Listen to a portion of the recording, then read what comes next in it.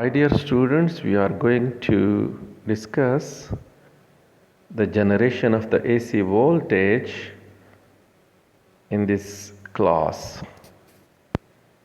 In this very class, you guys will come to know how the voltage is generated. You guys will be able to know the time period, frequency, angular frequency, and the instantaneous equation for the AC voltage.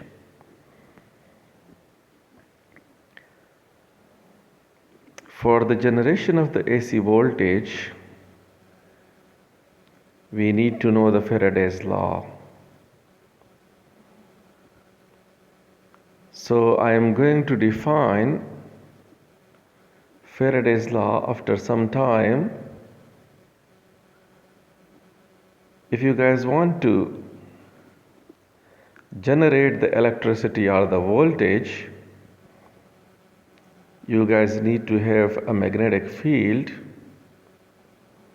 and a winding of n number of turns. Whenever we place a winding in a time varying magnetic field, voltage is induced across the conductor or the winding. And whenever we rotate a winding or a conductor in a constant magnetic field, voltage is induced across the conductor, and this conductor can be replaced by a voltage source. This conductor behaves like a voltage source. If you connect a resistor across this conductor, there will be a flow of current in the resistor. So let us consider a simple generator. This is the diagram of a simple generator. Here is the North Pole and here is the South Pole. And these two poles generate a constant magnetic field. There will be a constant magnetic field in the gap between these two poles. We know that the magnetic flux flows from the North Pole towards the South Pole. Whenever a conductor cuts the magnetic flux, voltage is induced across the conductor. This is the rotor of the generator, and we shall rotate this rotor either in the clockwise direction or in the counterclockwise direction. We shall rotate this rotor either in the clockwise or in the counterclockwise direction with the help of mechanical energy. The mechanical energy will rotate this conductor either in the counterclockwise direction or in the clockwise direction. The conductor on the rotor will cut the magnetic flux, and whenever a conductor cuts the magnetic flux, voltage is induced across the conductor.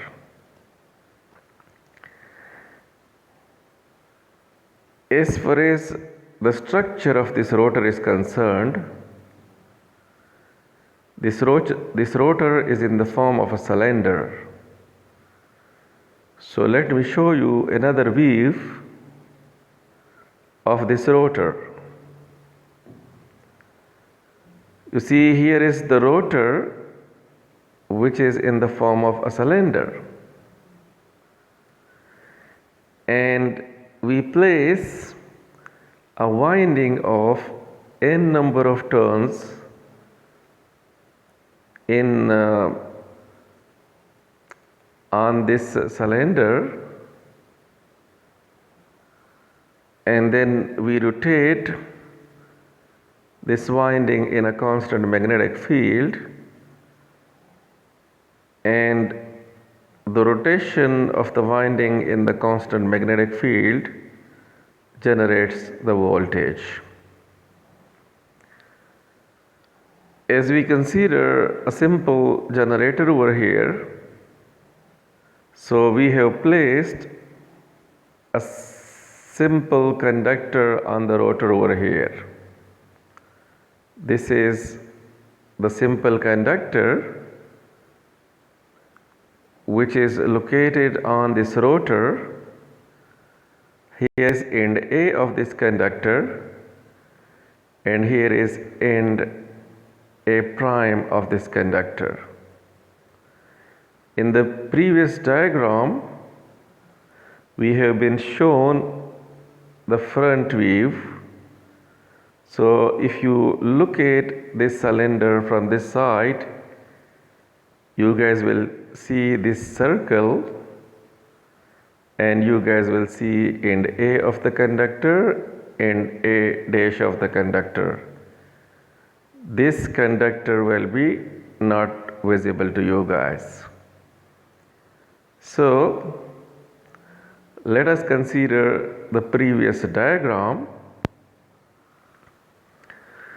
and in this diagram you guys can see the rotor, and you guys can see end A of the conductor over here and end A prime of the conductor over here.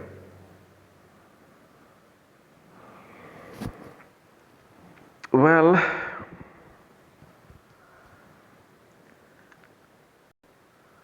we shall rotate this rotor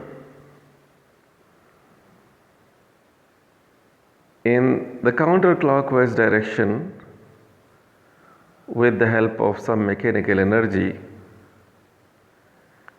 and this mechanical energy will be converted to electrical energy.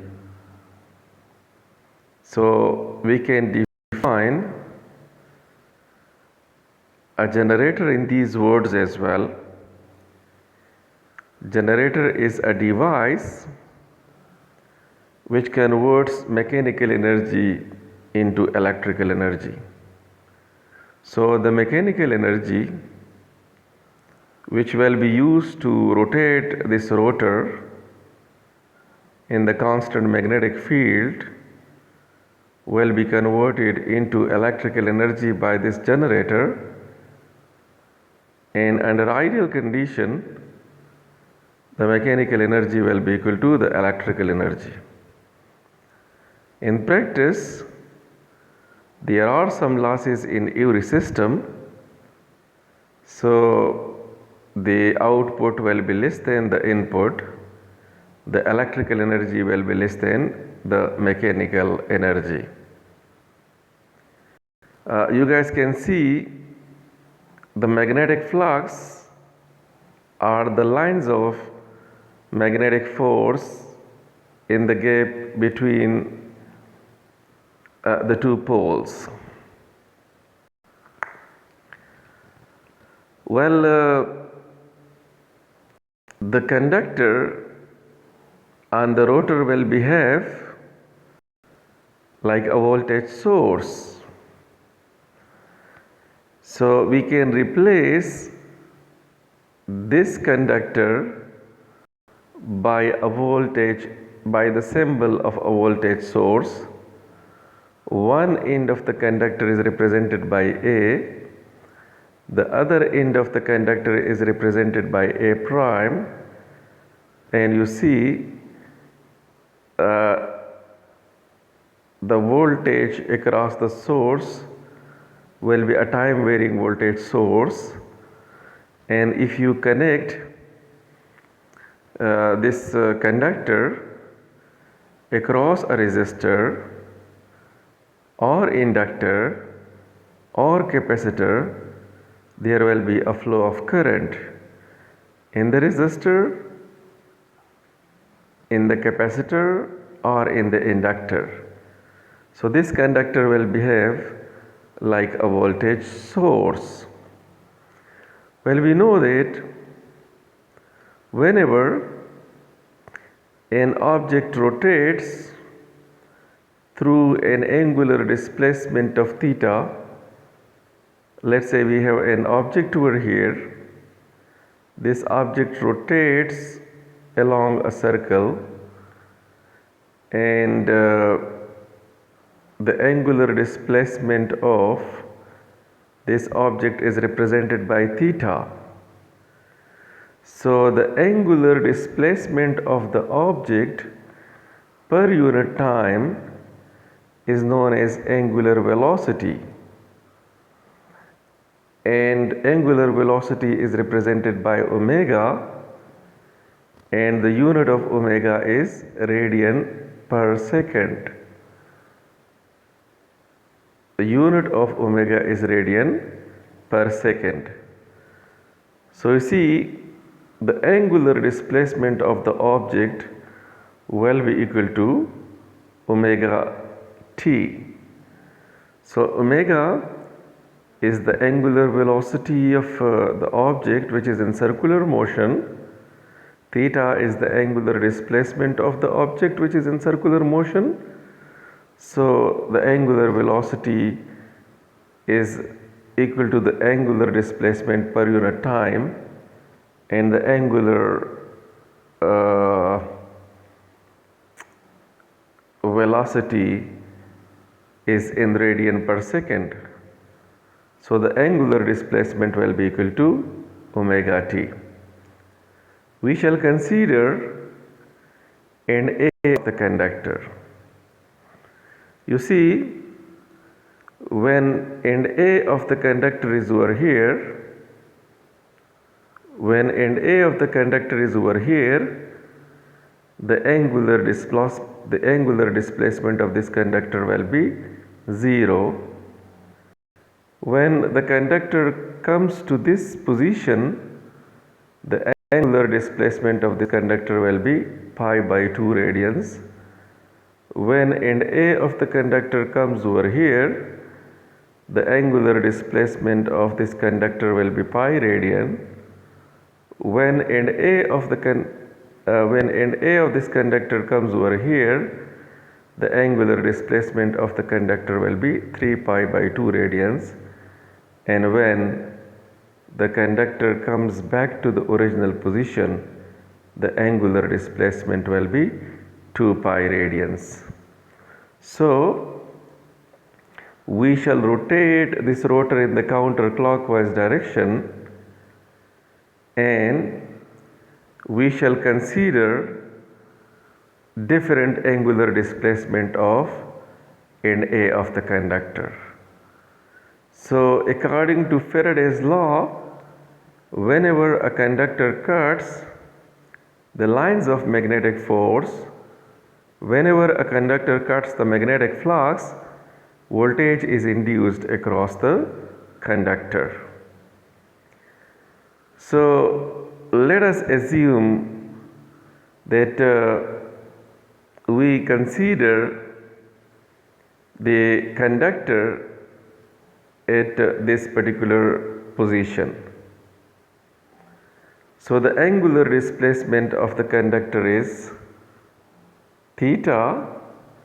Theta is equal to omega t, and omega t is equal to 0. So the angular displacement of end A of the conductor is 0. The conductor starts rotation in the counterclockwise direction. So at this particular location, this is the direction of the motion of the conductor. And you see, the direction of the motion of the conductor is parallel to the lines of magnetic force. It is parallel to the magnetic flux. Whenever the direction of the motion of the conductor is parallel to the magnetic flux, it does not cut any magnetic flux, it does not cut any line, so no voltage will be induced across the conductor. So at this particular position, the direction of the motion of the conductor is parallel to the lines of magnetic force. The conductor does not cut any line of magnetic force, it does not cut any magnetic flux, so the voltage across the conductor will be zero. No voltage will be induced across the conductor. After an angular displacement of pi by 2 radians, and A of the conductor will be over here.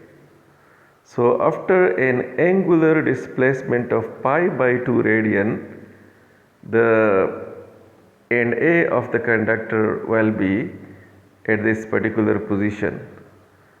And if we look at the direction of the motion of the conductor at this particular position, the direction of the motion of the conductor is perpendicular to the lines of magnetic force. It is perpendicular to the magnetic flux. So whenever the direction of the motion of the conductor is perpendicular to the magnetic flux, the conductor cuts maximum number of lines, the conductor cuts maximum flux, so maximum voltage will be induced across this conductor. So at omega t is equal to pi by 2 radian, the voltage across this conductor will be maximum, and the maximum voltage is represented by Vm. After an angular displacement of pi radian, and A of the conductor will be over here. So after an angular displacement of pi radian, this is the location of end A of the conductor, and if you look at the direction of the motion of the conductor over here, this is the direction of the motion of the conductor, and you see the direction of the motion of the conductor is parallel to the lines of magnetic force. It is parallel to the magnetic flux. So whenever the direction of the motion of the conductor is parallel to these lines, whenever the direction of the motion of the conductor is parallel to the magnetic flux, it does not cut any magnetic flux, and no voltage will be induced across the conductor at this particular position. So there will be no voltage induction. So when omega t is pi radian, the voltage across this conductor will be equal to 0. Why? Because the conductor does not cut any line of magnetic force, and the voltage across this conductor will be 0. After an angular displacement of 3 pi by 2 radians, and A of the conductor will be over here. So this will be the location of end A of this conductor, and you see at this particular location the direction of the motion of the conductor is perpendicular to the lines of magnetic force. It is perpendicular to the magnetic flux. So whenever the direction of the motion of the conductor is perpendicular to the magnetic flux, maximum voltage is induced across the conductor. You see, at this particular location, the end A of the conductor was moving downward, and the voltage across this conductor was maximum. So if we consider the voltage on this side a positive voltage, then the voltage on this side will be a negative voltage. So anyhow, at this particular location, the voltage across the conductor will be maximum and negative. So when the angular displacement of the conductor is 3 pi by 2 radian, the voltage across the conductor will be maximum and negative. After an angular displacement of 2 pi radians, the conductor will come back to its original location. The conductor will come back to its original position, and at this particular position, this will be the direction of the motion of the conductor. And you see, the direction of the motion of the conductor is parallel to the lines of magnetic force. The conductor does not cut any line of magnetic force at this particular position, so no voltage will be induced across the conductor. So when the angular displacement is 2 pi radian, the voltage across the conductor will be 0. So we considered different locations, and let us consider the waveform of this AC voltage. We consider the induced voltage along y-axis and the angular displacement along x-axis. So you see, when omega t is 0, the direction of the motion of the conductor is parallel to the lines of magnetic force. No voltage is induced across the conductor. Hence, the voltage across the conductor is 0. When omega t is pi by 2, the direction of the motion of the conductor is perpendicular to the lines of magnetic force. Hence, maximum voltage is induced across the conductor. Maximum voltage is induced across the conductor, and this voltage is represented by Vm. So when the angular displacement is pi by 2 radian, the voltage across the conductor is maximum. When omega t is pi radian, again the direction of the motion of the conductor is parallel to the lines of magnetic force. No voltage is induced across the conductor. And when the angular displacement of the conductor is 3 pi by 2 radian, the direction of the motion of the conductor is perpendicular to the lines of magnetic force. Hence, it cuts the maximum lines. Maximum voltage is induced across this conductor. This maximum voltage will be negative. So when omega t is 3 pi by 2, the voltage across the conductor will be maximum and negative. When omega t is 2 pi radian, again the direction of the motion of the conductor is parallel to the lines of the magnetic force. It does not cut any line of magnetic force, and no voltage is induced across this conductor. So we get different points. When omega t is 0, the voltage across the conductor is 0. When omega t is pi by 2, the voltage across the conductor is maximum and positive. When omega t is pi, the voltage across the conductor is 0. When omega t is 3 pi by 2, the voltage across the conductor is maximum and negative. and when omega t is 2 pi, the voltage across the conductor is 0. When we connect all these points, we get a sine wave form. So, you see the AC voltage varies sinusoidally with respect to time. This is a sine waveform.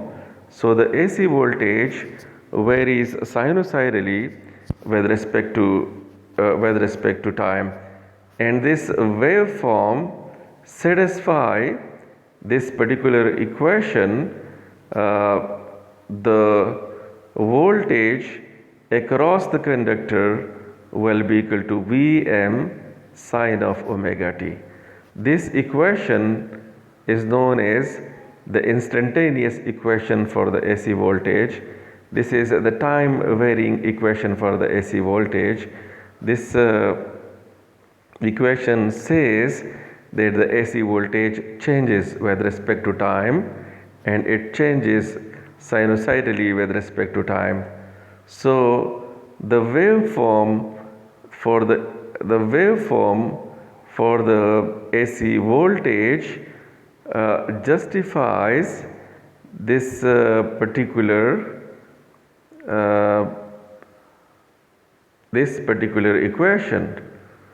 So this equation is the instantaneous equation for the AC voltage, and this equation justifies the waveform. When omega t is 0, the voltage across the conductor will be 0. When omega t is pi by 2, the voltage across the conductor will be maximum and positive. When omega t is pi radian, the voltage across the conductor will be 0, and when omega t is 3 pi by 2, the voltage across the conductor will be maximum and negative, and when omega t is 2 pi, the voltage across this conductor will be 0. So this is the instantaneous equation for the AC voltage. If we look at the waveform for the AC voltage, here is the waveform for the AC voltage. You see, this is one complete cycle of the AC voltage. This is the positive half cycle, and this is the negative half cycle. So the time taken by one complete cycle of the AC voltage is known as time period. So the time taken by one complete cycle of the AC voltage is known as time period. The time period is represented by T. The time period is represented by T. So, if you look at this waveform in T seconds, the waveform completes one cycle only. So, let us consider, you see this particular statement. In T seconds, the AC voltage attains one cycle. In 1 second, the AC voltage attains 1 over T cycles, and the number of cycles in 1 second is known as frequency of the AC voltage. So the frequency of the AC voltage will be equal to 1 over T. The reciprocal of the time period gives you 1 over T. Let us consider the waveform for the AC voltage once again, and let us consider this particular point. You see, at this particular point, omega t is 2 pi. The value of omega t is 2 pi and the value of t is capital T over here. So if we consider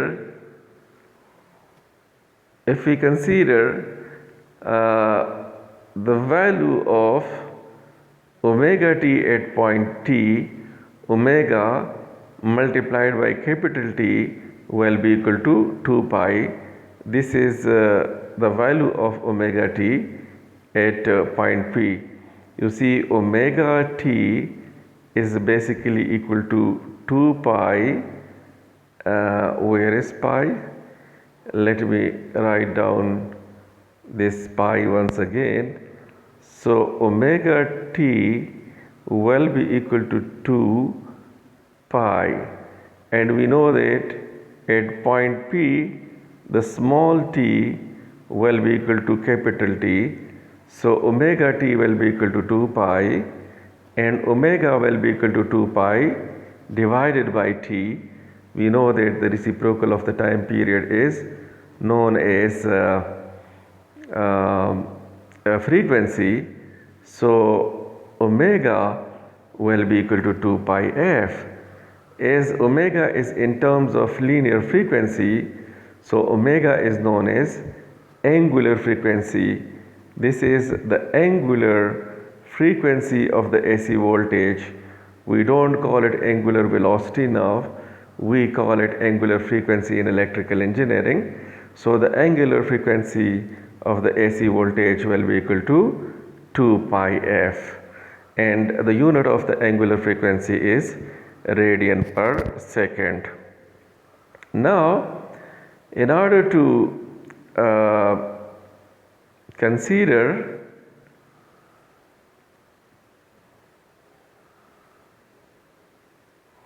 the direction of the induced current in the conductor, we apply right hand rules, the Fleming's right hand rule. The Fleming's right hand rule states that the thumb gives you the direction of the motion of the conductor, the forefinger gives you the direction of the flux, this one gives you the direction of the motion of the conductor, the forefinger gives you the direction of the magnetic flux, and the current gives you, the middle finger gives you the current in the conductor. It gives you the direction of the induced current in the conductor. So you see, the thumb gives you the direction of the motion of the conductor. The forefinger gives you the direction of the magnetic flux in the gap between the North Pole and the South Pole, and the middle finger gives you the direction of the induced current.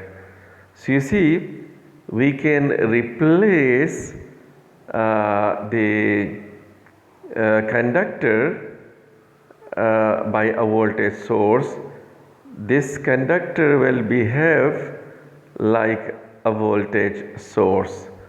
So you see, this conductor behaves like a voltage source. Here is end A of the conductor, and here is end A prime of the conductor. So we consider the direction of the motion of the conductor at different locations, and we want to find out the direction of the induced current. So let us consider this diagram.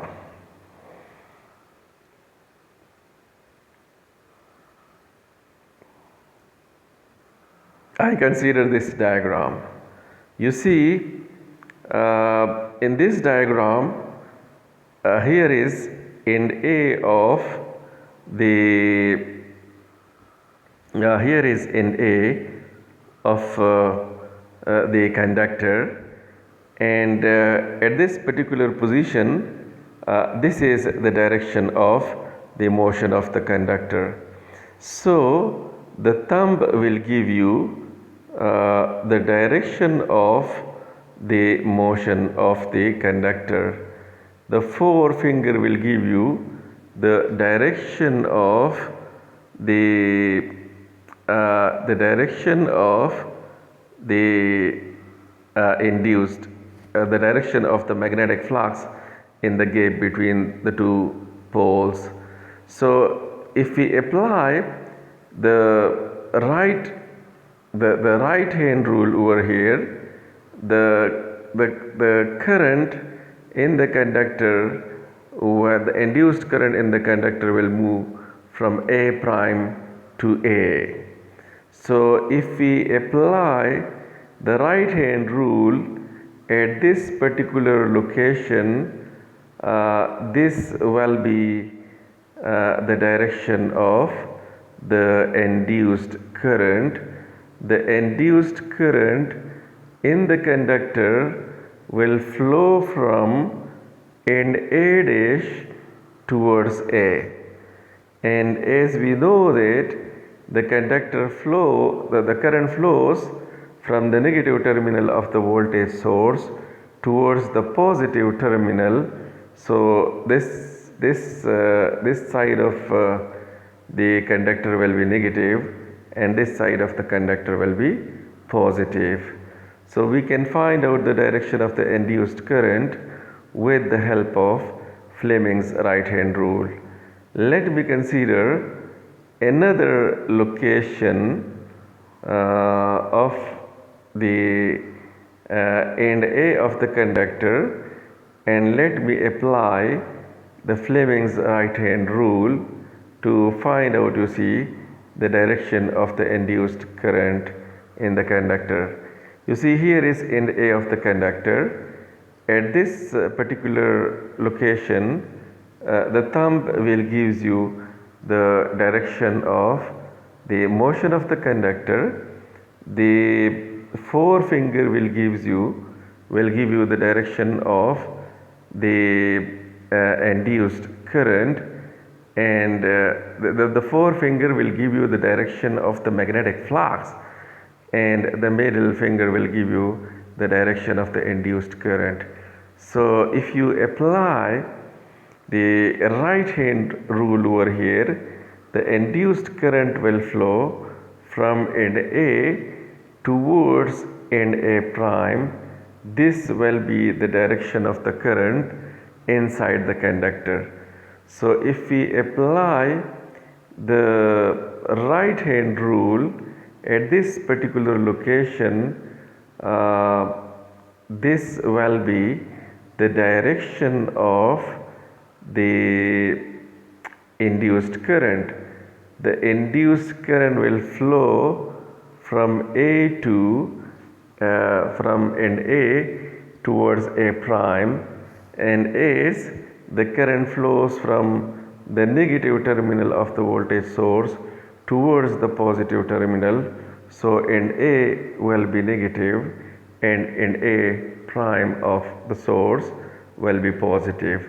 So anyhow, we rotate the conductor in the constant magnetic field. AC voltage is induced across the conductor, and we know that the magnitude of the AC voltage varies sinusoidally.